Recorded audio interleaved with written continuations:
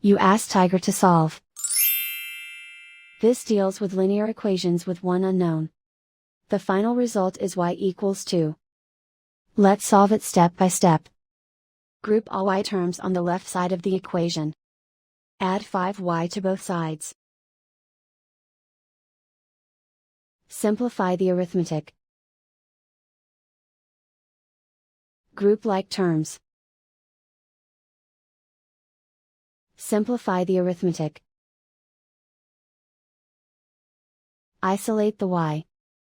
Divide both sides by 14. Simplify the fraction.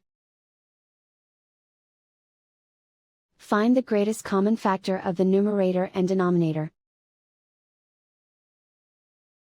Factor out and cancel the greatest common factor. And so the final result is y equals 2.